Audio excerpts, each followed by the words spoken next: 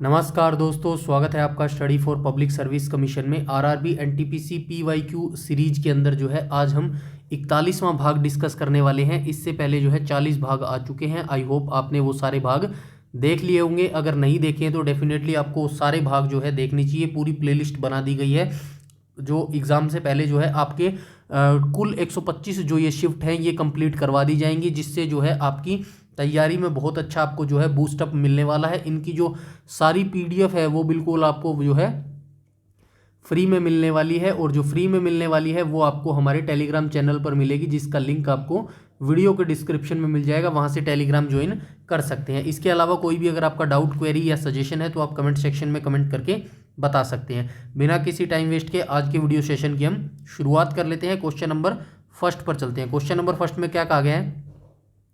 भारतीय न्यायिक प्रणाली में रिट, जो रिट है हीबियस कॉर्पस नाम का एक रिट है, इसका शाब्दिक अर्थ जो है क्या होता है ये पूछा गया है। सबसे पहले आपको याद रखना है कितने प्रकार की जो रिट होती हैं, तो 5 प्रकार की रिट होती हैं।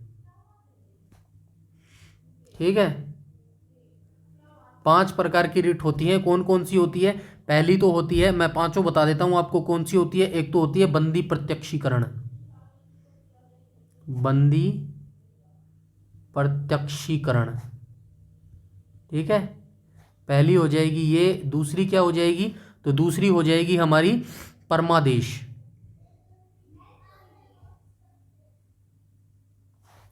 ठीक है, दूसरी हमारी हो जाएगी परमादेश। तीसरी क्या हो जाएगी? तीसरी हो जाएगी प्रतिषेध। ठीक है, तीसरी हो जाएगी प्रतिषेध। और उसके बाद है चौथी क्या हो जाएगी? चौथी हो जाएगी उत्प्रेषण। उत्प्रेषण, ठीक है, चौथी हो जाएगी उत्प्रेषण। और अंतिम पांचवी क्या हो जाएगी? तो पांचवी हो जाएगी अधिकार पृच्छा। अधिकार पृच्छा। ठीक है, ये हमारी 5 प्रकार की जो है रिटें होती हैं। इनके बारे में जो मैं थोड़ा थोड़ा सा आपको बता देता हूं। तो थोड़ा थोड़ा सा आपको क्या बताऊंगा। सबसे पहली जो हमारी बंदी प्रत्यक्षीकरण होती है, इसके अंदर क्या होता है? तो बंदी प्रत्यक्षीकरण के क्या अंदर क्या होता है? ये जो रिट होती है हमारी बंदी प्रत्यक्षीकरण, किसी व्यक्ति को अवैध रूप से या मनमाने ढंग से हिरासत में लेने पर जारी की जाती है। अगर किसी व्यक्ति को जो है अवैध रूप से या फिर मनमाने ढंग से जो है हिरासत में ले लिया जाता है, तो उसी के तहत जो है ये रिट जारी की जाती है, बंदी प्रत्यक्षीकरण। उसे मतलब ताकि उसे अदालत के समकक्ष पेश किया जाए और उसकी रिहाई का जो है आदेश दिया जा सके। ये होती है बंदी प्रत्यक्षीकरण रिट। सेकंड की बात करें हम, सेकंड में क्या है? परमादेश। परमादेश से ही पता चल रहा है क्या मतलब होगा इसका, हम आदेश देते हैं। ठीक है, तो परमादेश के अंदर क्या होता है? यह रिट किसी सार्वजनिक अधिकारी को अपने कर्तव्य का पालन करने के लिए जारी की जाती है। तो ये जो परमादेश रिट होती है ना, किसी सार्वजनिक अधिकारी, जो बड़ा अधिकारी होता है, उसको अपने कर्तव्य का पालन मतलब याद दिलाने के लिए कि आपका क्या कर्तव्य है वो याद दिलाने के लिए जो है परमादेश रिट को जारी किया जाता है। तीसरी बात करें हम प्रतिषेध की, तो प्रतिषेध रिट किसके लिए जारी की जाती है? ये जो रिट होती है उच्च न्यायालय के द्वारा निचली अदालतों को उनके अधिकार क्षेत्र का अतिक्रमण करने से रोकने के लिए जो है प्रतिषेध जो रिट है वो जारी की जाती है। जो उच्च न्यायालय होते हैं ना, हमारे हाई कोर्ट होते हैं, और जो निचली अदालत होती हैं, जो सब डिस्ट्रिक्ट कोर्ट्स होती हैं, तो ये उच्च न्यायालय जो है ये सब डिस्ट्रिक्ट कोर्ट को उनके क्षेत्र का अतिक्रमण करने से रोकने के लिए जो है जारी किया जाता है। उत्प्रेषण रिट की बात करूं तो ये क्यों जारी की जाती है? तो ये जो रिट होती है निचली अदालत या न्यायाधिकरण के आदेश को रद्द करने के लिए जो है इस उत्प्रेषण रिट को जारी किया जाता है। अंतिम जो रिट बच गई वो बच गई हमारी अधिकार पृच्छा। तो ये रिट जारी क्यों की जाती है? तो अधिकार पृच्छा जो रिट है, ये रिट किसी व्यक्ति के सार्वजनिक पद के दावे की वैधता की जांच के लिए जो है जारी की जाती है। फॉर एग्जाम्पल कोई व्यक्ति है, सार्वजनिक पद के दावे की वैधता की जांच जो होती है ना भाई, उसका जो पद है उसकी जो वैधता है, वैलिडिटी है, या फिर उसकी जांच के लिए अगर किसी अधिकारी की जो पोस्ट है ना उसकी जांच के लिए कौन सी रिट जारी की जाती है? अधिकार परीक्षा जो है रिट जारी की जाती है। तो ये 5 प्रकार की रिट होती हैं। वैसे डिटेल में जो मैंने आपको डेफिनेशन बताई ये आपसे नहीं पूछेगा, आपको बस डायरेक्ट ये याद रखना है कितने प्रकार की जो रिट होती हैं और कौन कौन सी ये रिट होती है। ठीक है, तो इसका राइट ऑप्शन हो जाएगा ऑप्शन नंबर डी। तो ये रिट हेबियस कॉर्पस जो हमारी रिट है इसका शाब्दिक अर्थ होती है आपको बंदी प्रत्यक्षीकरण का अधिकार जो है प्राप्त होगा। ठीक है, ये इसका मीनिंग होता है। चलते हैं नेक्स्ट क्वेश्चन पे, क्वेश्चन नंबर सेकंड पर। क्वेश्चन नंबर जो है सेकंड में बोला गया है, नागरहोल राष्ट्रीय उद्यान किस राज्य में स्थित है। तो ये जो नागरहोल राष्ट्रीय उद्यान है ये कहाँ पर अवस्थित हो जाएगा, कर्नाटक राज्य के अंदर अवस्थित हो जाएगा। सबसे पहले आपकी जो इसकी जो इंपॉर्टेंट डिटेल है वो याद रखेंगे। नागरहोल राष्ट्रीय उद्यान जो है ना, इसको किस अन्य नाम से जाना जाता है, तो इसको जो है राजीव गांधी राष्ट्रीय उद्यान के नाम से भी जाना जाता है। ठीक है, राजीव गांधी राष्ट्रीय उद्यान। ठीक है, राजीव गांधी राष्ट्रीय उद्यान के नाम से भी जाना जाता है। 1955 में वन्य जीव अभ्यारण्य के रूप में इसको स्थापित किया गया था, ये याद रखना। सबसे पहले जो है 1955 में जो है इसको वन्य जीव अभ्यारण्य के रूप में जो है स्थापना की गई थी। ठीक है, वन्य जीव अभ्यारण्य के रूप में इसकी स्थापना हुई थी। ठीक है, अभ्यारण्य। उसके बाद जो है इसको जो नेशनल पार्क यानी कि राष्ट्रीय उद्यान कब घोषित किया गया, राष्ट्रीय उद्यान।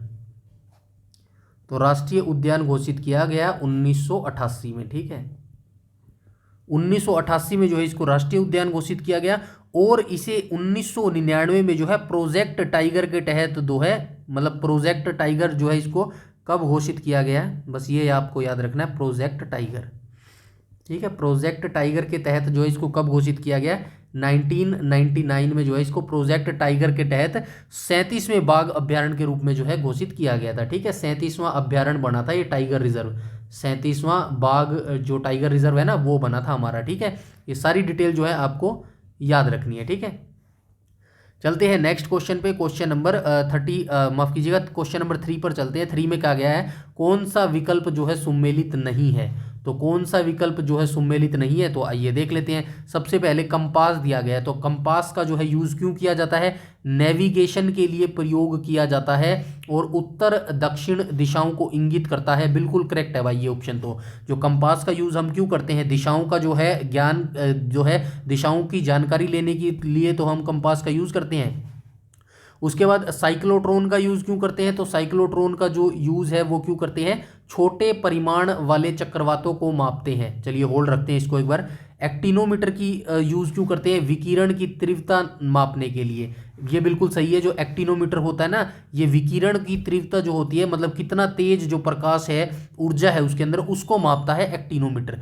उसके बाद इलेक्ट्रोस्कोप की बात करूँ तो इलेक्ट्रोस्कोप क्या करता है, विद्युत आवेश की उपस्थिति का संसूचन करता है। तो विद्युत आवेश की जो उपस्थिति होती है उसका संसूचन कौन करता है, इलेक्ट्रोस्कोप। ये भी करेक्ट हो जाएगा। तो कौन सा जो है सुमेलित नहीं हो जाएगा, तो साइक्लोट्रॉन जो है ऑप्शन नंबर बी, ये जो है इनकरेक्ट हो जाएगा।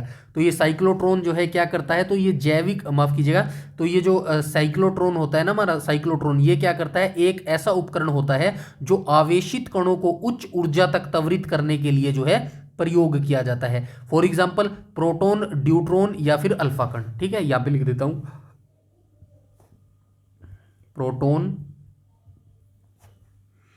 ड्यूट्रॉन या फिर अल्फा कण। ठीक है, इनके जो है जो इनके प्रोटॉन, ड्यूट्रॉन और जो अल्फा कण होते हैं ना, इन्हीं के आवेशित कणों को उच्च ऊर्जा तक त्वरित करने के लिए जो है साइक्लोट्रॉन का यूज किया जाता है। ठीक है, चलते हैं नेक्स्ट क्वेश्चन पे, क्वेश्चन नंबर 4 पर।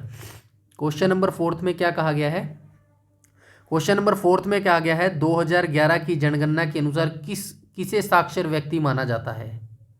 तो किसे साक्षर व्यक्ति माना जाता है, आप सभी जो हैं पढ़े लिखे लोग हैं, आप सभी को पता होगा कि साक्षर किसे माना जाता है। सबसे पहले 2011 की जनगणना की बात करें, और सबसे पहले जनगणना की बात करें तो जनगणना जो है सबसे पहले किसके टाइम पे जो हुई थी, लॉर्ड मायो के टाइम पे हुई थी। ठीक है, लॉर्ड मायो के टाइम पे, मायो के टाइम पर हुई थी। कब हुई थी, 1975 में ये सर्वप्रथम थी। उसके बाद जो नियमित जनगणना थी ना हमारी, नियमित जनगणना, वो कब से शुरू हुई, तो नियमित हुई हमारी, माफ़ कीजिएगा मैंने 1872 लिख दिया यहाँ पे, 1872 नहीं आएगा, 1972 नहीं आएगा, यहाँ पे आएगा 1872। ठीक है, और यहाँ पे आएगा 1881। ठीक है। और ये किसके शासनकाल में हुई थी? रिपन के काल में जो है ये नियमित जनगणना हुई थी। 2011 की जनगणना थी, ये हमारी कुल जनगणना कौन सी थी? तो ये हमारी कुल जनगणना जो है 15वीं हमारी जनगणना थी। और आज़ादी के बाद की ये हमारी कौन सी जनगणना थी? तो 7वीं जनगणना थी। ठीक है, ये सारी इंपॉर्टेंट जानकारी आप याद रखेंगे। अब चलते हैं हम ऑप्शनों पे। तो पॉइंट नंबर 1 में कहा गया है 7 वर्ष या उससे अधिक आयु का व्यक्ति जो किसी भाषा को समझने के साथ पढ़ एवं लिख सकता है। तो फोर्थ ऑप्शन में क्या, फोर्थ क्वेश्चन में क्या कहा गया? 2011 की जनगणना के अनुसार किसे साक्षर व्यक्ति जो है माना जाता है? तो 7 वर्ष या उससे अधिक आयु का व्यक्ति जो किसी भी भाषा को समझ सकता है, पढ़ सकता है और लिख सकता है। तो बिल्कुल करेक्ट ऑप्शन हो जाएगा ऑप्शन नंबर ए ही इसका जो है करेक्ट ऑप्शन हो जाएगा। तो ये जो है साक्षर किस व्यक्ति को माना जाता है? 7 वर्ष या उससे अधिक आयु का कोई भी व्यक्ति है जो समझ सकता है, पढ़ सकता है और लिख सकता है। ठीक है, उसे जो है साक्षर माना जाता है। ठीक है, चलते हैं क्वेश्चन नंबर 5 पर। क्वेश्चन नंबर 5 में बोला गया है निम्नलिखित में से कौन सा एक जैविक उत्प्रेरक है? तो जैविक उत्प्रेरक कौन सा हो जाएगा? ऑप्शन नंबर ए करेक्ट हो जाएगा, यानी कि जो एंजाइम है ना यही जैविक उत्प्रेरक हो जाएगा। तो जैविक उत्प्रेरक जो है इन्हें एंजाइम भी कहा जाता है। और जीवित जीव मतलब जो जीवित जीव होते हैं ना उनमें रासायनिक अभिक्रियाओं को तेज करने वाले ये प्रोटीन होते हैं। समझ गए ना? जो जीवित जीव होते हैं ना, जीवित जीव, उनमें रासायनिक अभिक्रियाओं को तेज करने वाले ये प्रोटीन होते हैं जो जैव रासायनिक अभिक्रियाओं को गति देते हैं। ठीक है, चलते हैं नेक्स्ट क्वेश्चन पे, क्वेश्चन नंबर 6 पर। क्वेश्चन नंबर 6 में बोला गया है निम्नलिखित में से कौन सा विकल्प सुमेलित नहीं है?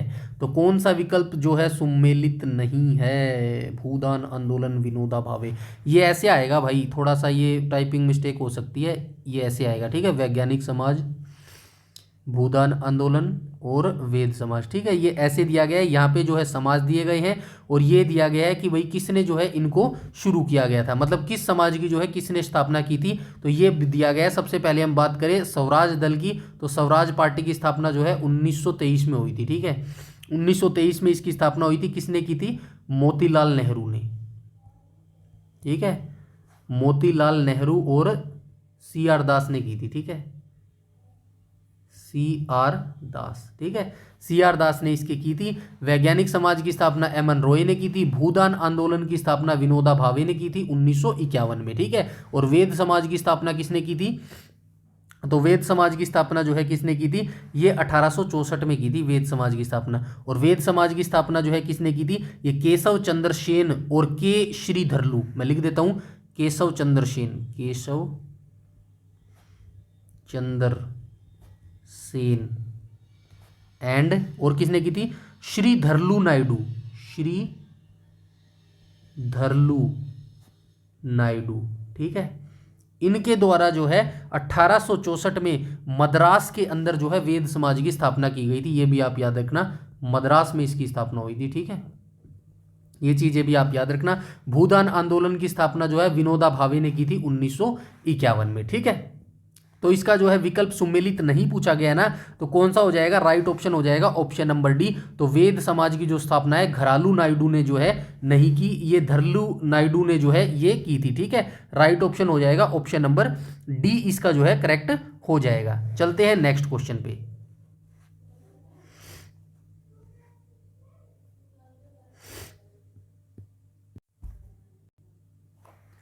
क्वेश्चन नंबर 7 में बोला गया है इनमें से किस शब्द को Oxford Hindi word of the year 2019 चुना गया था? तो आपको ये सन याद रखना है। Oxford Hindi word of the year कब घोषित किया गया था?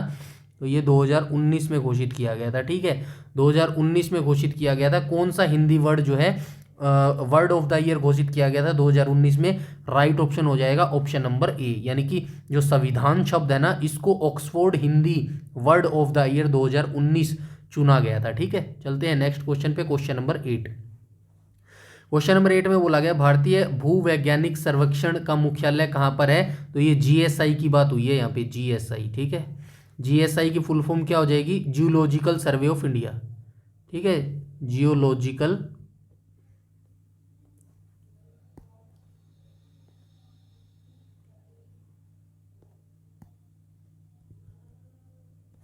Survey of India. ठीक है, ये इसका फुल फॉर्म हो जाएगा कि कहाँ पर अवस्थित है ये, मुख्यालय इसका जो है कोलकाता के अंदर अवस्थित है। और इसकी स्थापना कब हुई थी, जीएसआई की स्थापना की बात करूं तो स्थापना भी आपको याद रखनी है, कब हुई थी, माफ कीजिएगा 1851 में। ठीक है, 1851 में जियोलॉजिकल सर्वे ऑफ इंडिया की स्थापना हुई थी। और इसका जो उद्देश्य है वो क्या है, रेलवे के लिए कोयला भंडारों की खोज करना जो है इसका उद्देश्य था। ठीक है, चलते हैं नेक्स्ट क्वेश्चन पे, क्वेश्चन नंबर 9 पर। क्वेश्चन नंबर 9 में बोला गया है कि जैन मठ संस्थाओं को क्या कहा जाता है।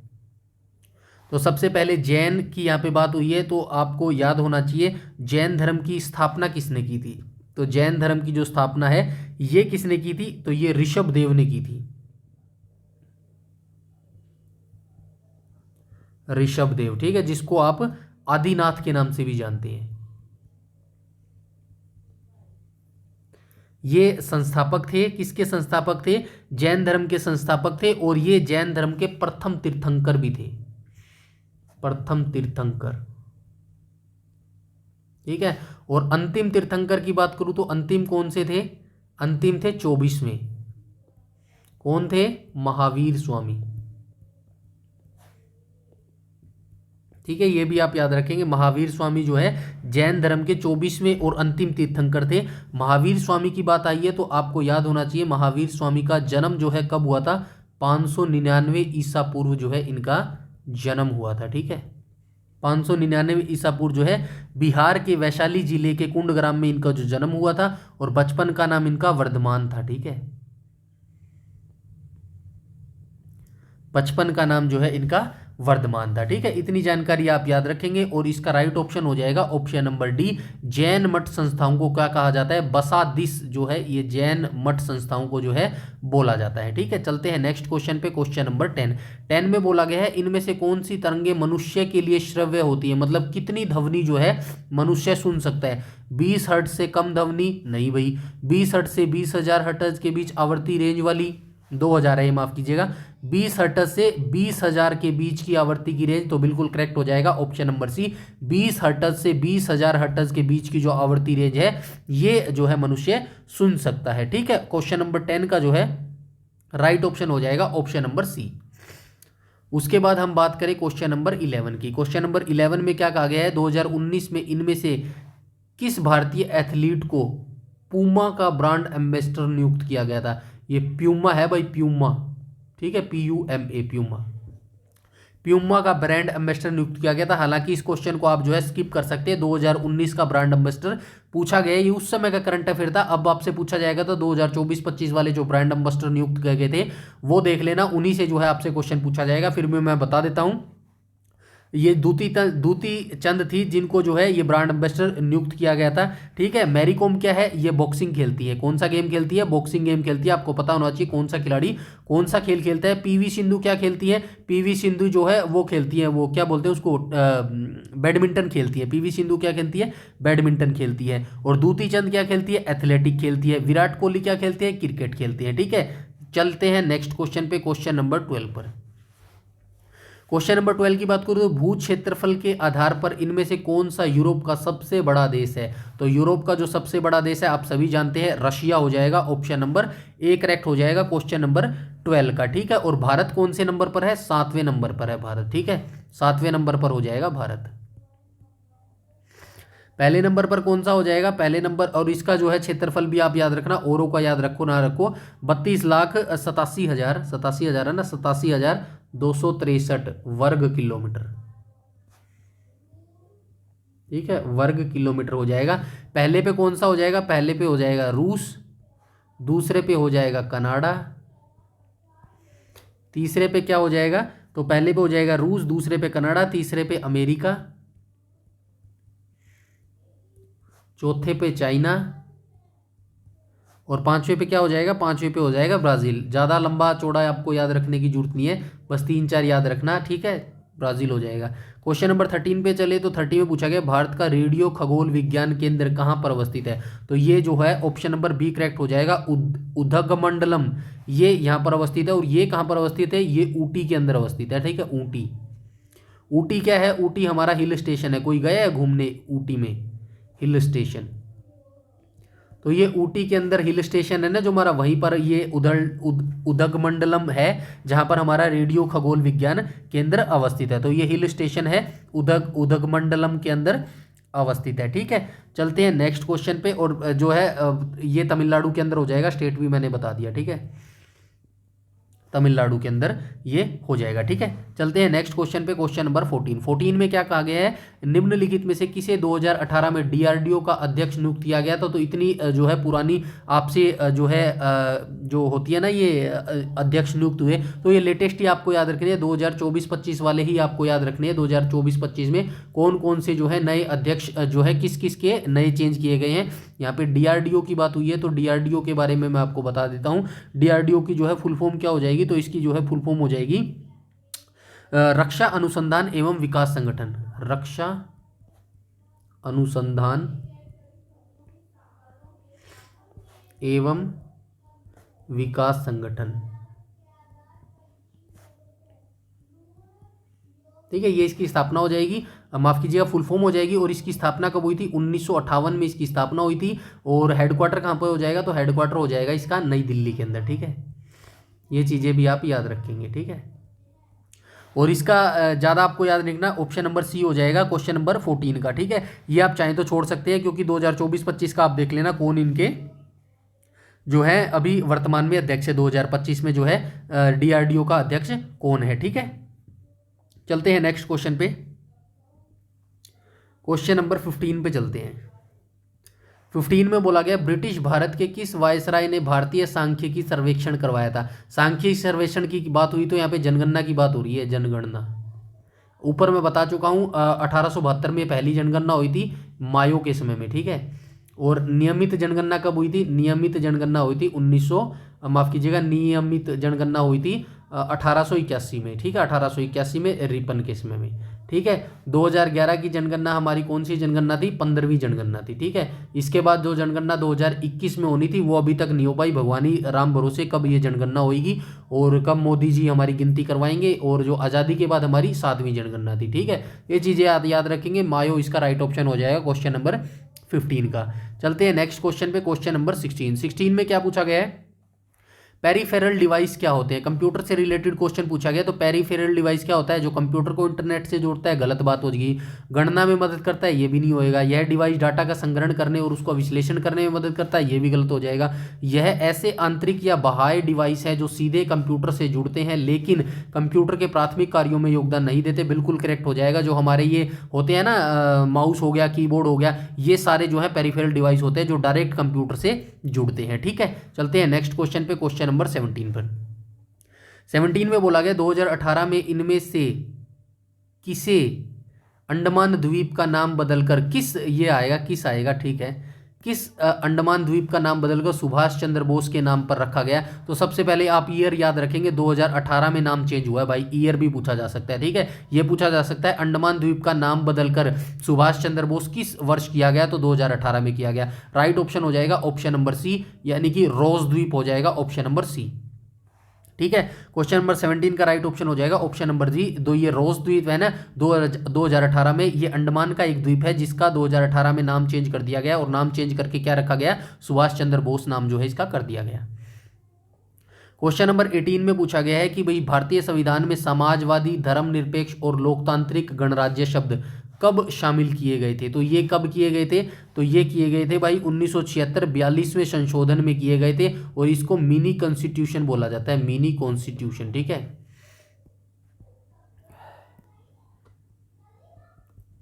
मिनी कॉन्स्टिट्यूशन बोला जाता है, कॉन्स्टिट्यूशन।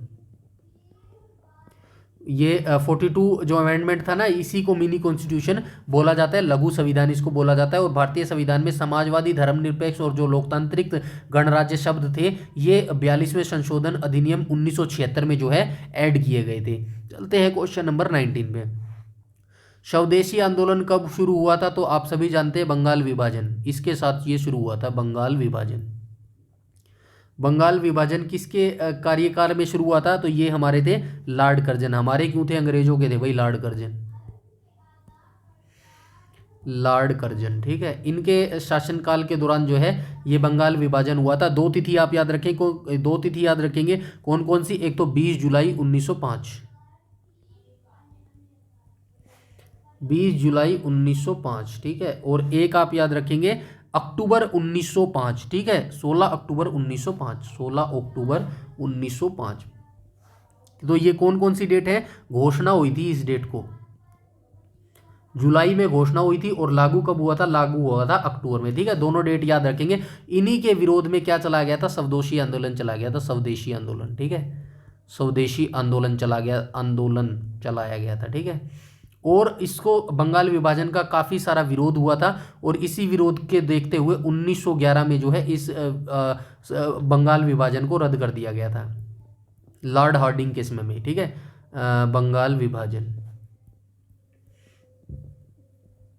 बंगाल विभाजन रद्द कर कब किया गया था, 1911 में। नाम मात्र का नाम बंगाल विभाजन रद्द किया गया था, बाकी बंगाल विभाजन ऐसा नहीं है, वो रद्द ही हुआ था। नाम मात्र का जो है 1911 में बंगाल विभाजन रद्द कर दिया गया था। तो ये राइट ऑप्शन कौन सा हो जाएगा, स्वदेशी आंदोलन कब चला गया था, 1905 में चला गया था, ठीक है।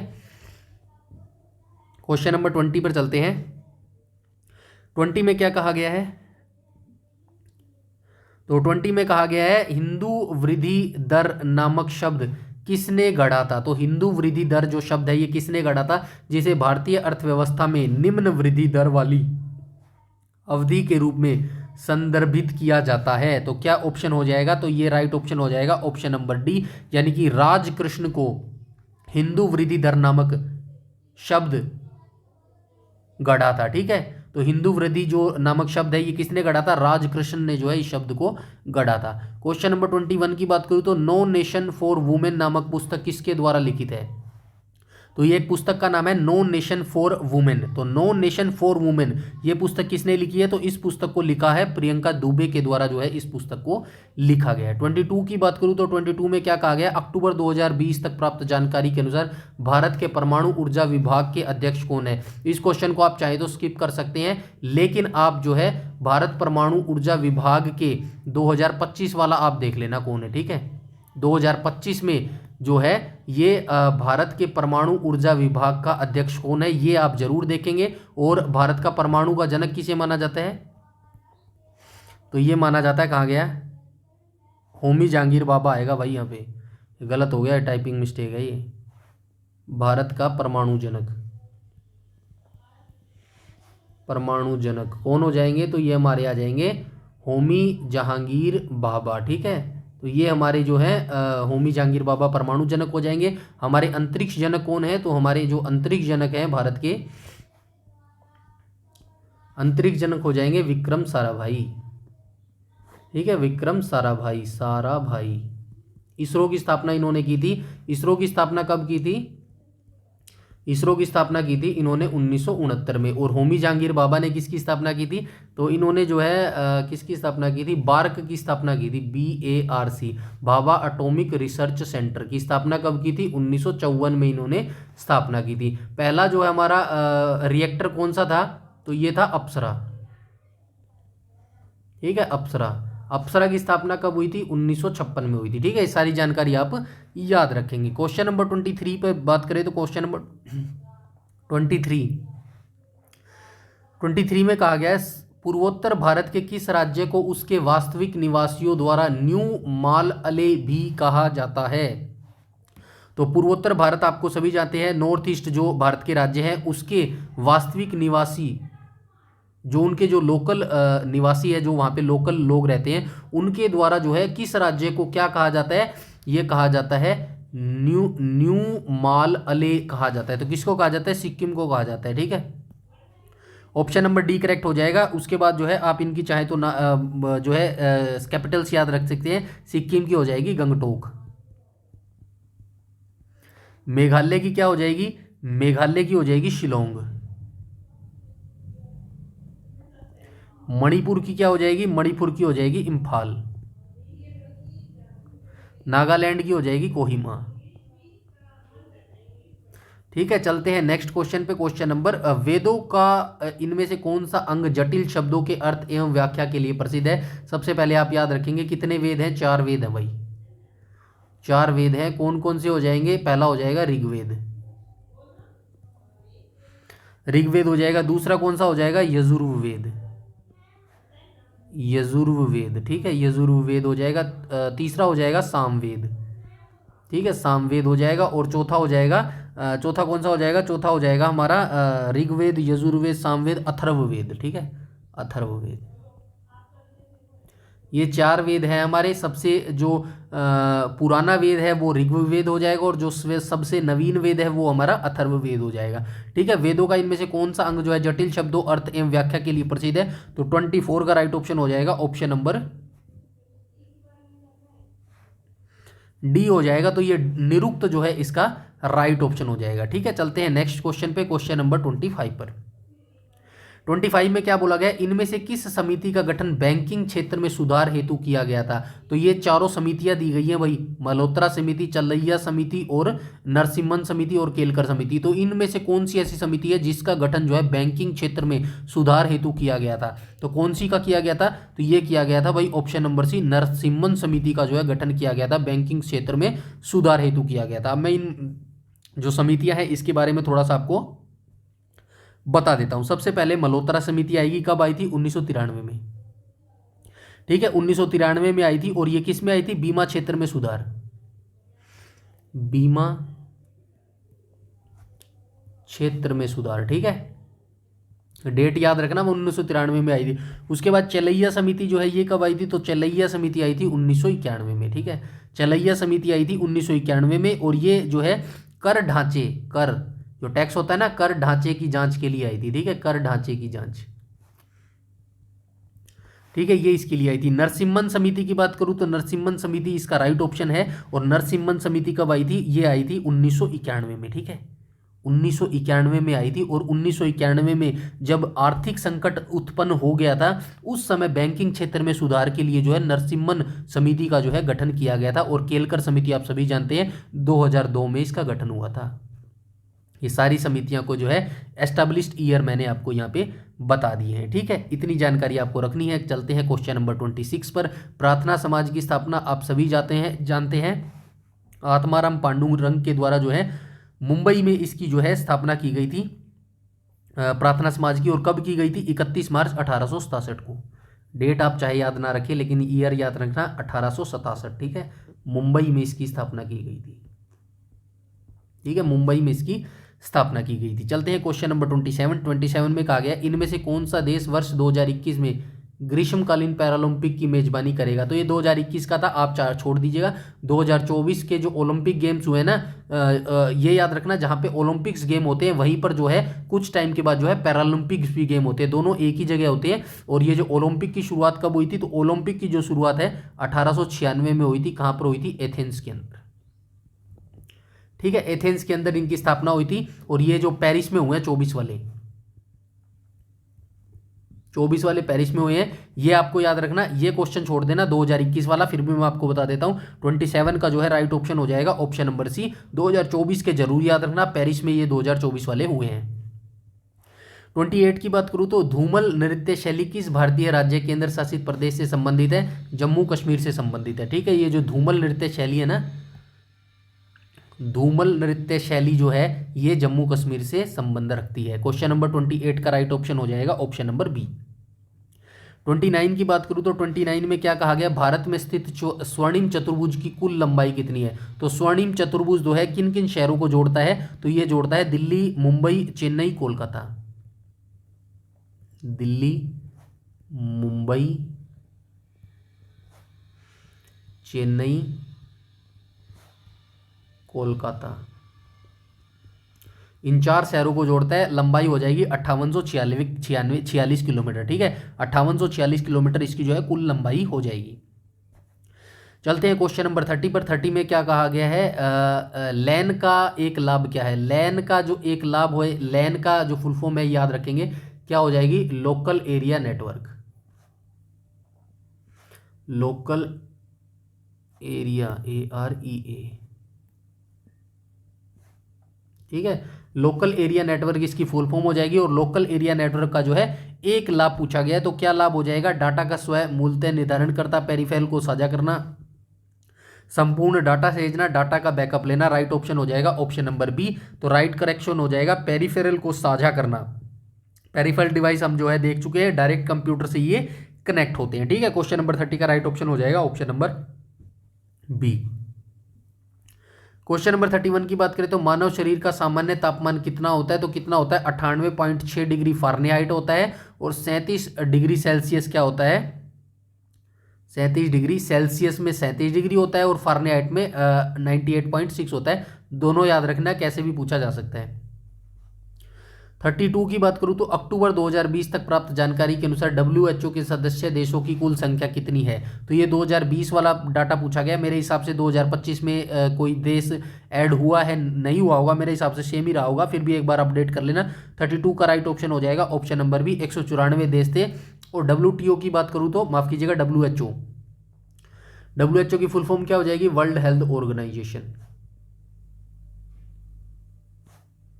ठीक है, वर्ल्ड हेल्थ ऑर्गेनाइजेशन हो जाएगी। एस्टैब्लिशमेंट कब किया गया था इसका, तो एस्टैब्लिशमेंट किया गया था 7 अप्रैल 1948 को इसका किया गया था। और हेडक्वार्टर हो जाएगा, कहां पर हो जाएगा, जिनेवा, ठीक है, जिनेवा इसका हेडक्वार्टर हो जाएगा, ठीक है। चलते हैं नेक्स्ट क्वेश्चन पे, क्वेश्चन नंबर 33 पर। 33 में क्या कहा गया है, भारतीय संविधान में शामिल विधि शासन, ये विधि शासन है भाई, शामिल विधि शासन की संकल्पना किस संविधान, विदेशी संविधान से ली गई है। सिंपल से वर्डों में पूछा जाऊं तो जो भारत का संविधान है ना, उसके अंदर बहुत सारी जो चीज़ें हैं वो अन्य देशों से जो है ली गई हैं। फॉर एग्जांपल जैसे कि मौलिक अधिकार है, मौलिक अधिकार जो है अमेरिका से लिए गए हैं। ऐसे ही पूछा गया है जो विधि शासन की संकल्पना है ये किस देश से ली गई है, तो ये ली गई है यूके से ली गई है, यूके यानी कि यूनाइटेड किंगडम से जो है ली गई है। उसके बाद मैं कुछ आपको जो है बोल के बता देता हूँ, यहाँ पे लिखने में जो है टाइम वेस्ट होएगा। सोवियत जो संघ है, USSR है ना यहाँ पे, अब जो रूस है, अब इसको क्या बोलते हैं, रूस बोलते हैं। रूस से जो है हमने कौन कौन सी चीजें ली है, तो रूस से जो हमने मौलिक कर्तव्य लिए हैं, मौलिक कर्तव्य, ये अनुच्छेद 51 क्या के अंतर्गत आते हैं, ठीक है। मौलिक कर्तव्य अनुच्छेद 51 क्या के अंतर्गत आते हैं, मौलिक कर्तव्य लिए हमने। और क्या लिया है, पंचवर्षीय योजना इनसे ली है, पंचवर्षीय योजना, ठीक है, पंचवर्षीय योजना हो गया। और क्या लिया है, पंचायती राज लिया है, ठीक है। उसी तरह हम अमेरिका की बात करें तो मौलिक अधिकार हमने इनसे लिए हैं, ठीक है, मौलिक अधिकार हमने इनसे लिए हैं। उसके बाद हम बात करें और क्या बात कर सकते हैं हम, और जो है यूके से हमने क्या लिया है, ब्रिटिश संविधान से संसदीय सरकार लिया है, संसदीय,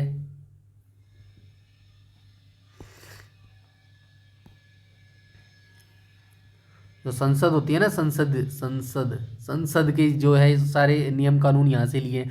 और क्या लिया है, नागरिकता हमने यहाँ से ली है, 5 से 11 अनुच्छेद के अंदर नागरिकता मिलेगी आपको, नागरिकता लिया है। और क्या लिया है, और क्या लिया है, रिट जो है विशेषाधिकार, जो रिट हमने इसी वीडियो में दिया है, रिट विशेषाधिकार, रिट हमने यहाँ से लिया है। जर्मनी से हमने क्या क्या लिया है, तो भाई जर्मनी से हमने क्या लिया है, आपातकाल के दौरान मौलिक अधिकारों का निलंबन लिया है, आपातकाल के दौरान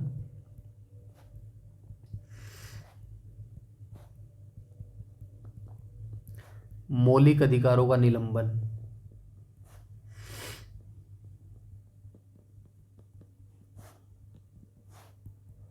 ठीक है। ये चीजें भी आप याद रखना किस देश से क्या लिया है, ठीक है। चलते हैं नेक्स्ट क्वेश्चन पे, क्वेश्चन नंबर 34 पर। 34 में क्या बोला गया है, दिसंबर 2018 में आयोजित संयुक्त राष्ट्र कटोविस सम्मेलन का मुख्य एजेंडा क्या था, वन्य जीव संरक्षण, जलवायु परिवर्तन, विश्व शांति, या फिर अंतर्राष्ट्रीय व्यापार वार्ता। तो क्या था, तो ये था भाई जलवायु परिवर्तन। ये दिसंबर 2018 में हुआ था। इतना इंपॉर्टेंट नहीं है, इतना बैक में आपसे नहीं जाएंगे, फिर भी ये जो ज्योग्राफी के क्वेश्चन है पूछ लिए जाते हैं। क्या याद रखना है, आयोजित संयुक्त राष्ट्र कटोविस सम्मेलन जो है इसका मुख्य एजेंडा क्या था, जलवायु परिवर्तन था। कब हुआ था, दिसंबर 2018 में हुआ था, ठीक है। ये चीज आप याद रखेंगे। संयुक्त राष्ट्र की बात हुई है तो भाई संयुक्त राष्ट्र की स्थापना बहुत बार बता चुका हूं, 24 अक्टूबर 1945 को, ठीक है। चलते हैं नेक्स्ट क्वेश्चन पे, क्वेश्चन नंबर 35। 35 में क्या बोला गया है, 2012 में आईआईटी कानपुर में ताप विनियमित ग्रीन होम बनाने की प्रेरणा कहाँ से मिली थी? तो कहाँ से मिली थी? तो ये मिली थी भाई ऑप्शन नंबर ए, कोकून की संरचना से जो है ये प्रेरणा मिली थी। 2012 में आईआईटी कानपुर में ताप विनियमित ग्रीन होम बनाने की जो प्रेरणा है ये कोकून की संरचना से मिली थी। 36 की बात करूं तो निम्नलिखित में से कौन से भारतीय राज्य बांग्लादेश की सीमा पर स्थित है? तो भारतीय बांग्लादेश की सीमा पर जो है कौन कौन से राज्य अवस्थित हैं? तो ये बात कर लेते हैं। ऑप्शन नंबर ए करेक्ट हो जाएगा। पश्चिम बंगाल, असम, मेघालय, त्रिपुरा और मिजोरम जो है ये बांग्लादेश की सीमा पर अवस्थित है। बांग्लादेश की सीमा भारत से कितनी लगती है? 4096 किलोमीटर लगती है। सबसे लंबी सीमा साझा करते हैं, ठीक है, सबसे लंबी। सबसे छोटी किसके साथ साझा करता है? सबसे छोटी भारत किसके साथ साझा करता है? सबसे छोटी तो ये करता है 106 या 107 कुछ ऐसी है, 106 ही है शायद। ये किसके साथ करता है? अफगानिस्तान के साथ, ठीक है, ये भी आप याद रखेंगे। चलते हैं नेक्स्ट क्वेश्चन पे। क्वेश्चन नंबर 37 में बोला गया डिजिटल इमेज के संबंध में डीपीआई का पूर्ण रूप क्या है? तो फुल फॉर्म पूछी गई है डीपीआई की। तो डीपीआई की फुल फॉर्म हो जाएगी डॉट्स पर इंच हो जाएगी। ऑप्शन नंबर बी करेक्ट हो जाएगा। कंप्यूटर से रिलेटेड क्वेश्चन पूछा गया, 37 का जो है राइट ऑप्शन हो जाएगा ऑप्शन नंबर बी। डीपीआई की फुल फॉर्म हो जाएगी डॉट्स पर इंच, ठीक है। इसके बाद चलते हैं हम क्वेश्चन नंबर 38 पर। 38 में क्या बोला गया है? विश्व व्यापार संगठन का पूर्ववर्ती था। तो जो विश्व व्यापार संगठन है WTO, इसको हिंदी में बोला जाता है विश्व व्यापार संगठन।